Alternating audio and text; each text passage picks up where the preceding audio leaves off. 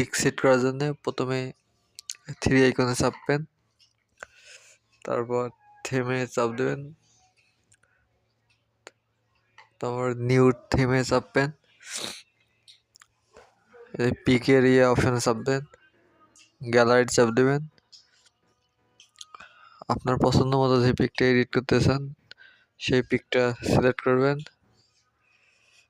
তারপর আপনার মনের মতো করে বসাই নেবেন। এই তো নেওয়ার পর উপরে যে ক্রপ অপশনটা এটা চাপবেন। এই তো আপনার পিক। এটা কমা বড়া করবেন, আপনার মনের মতো করে নেবেন।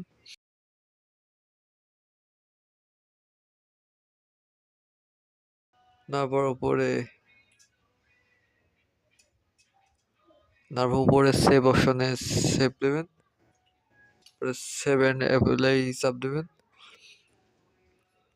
প্রথম অপশনটা চাপবেন, সেভ হয়ে গেছে। এখন ব্যাক দিয়ে আবার ঢুকে দেখাইতেছি।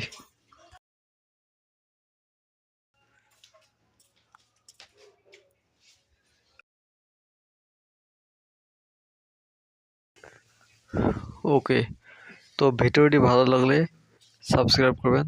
ধন্যবাদ।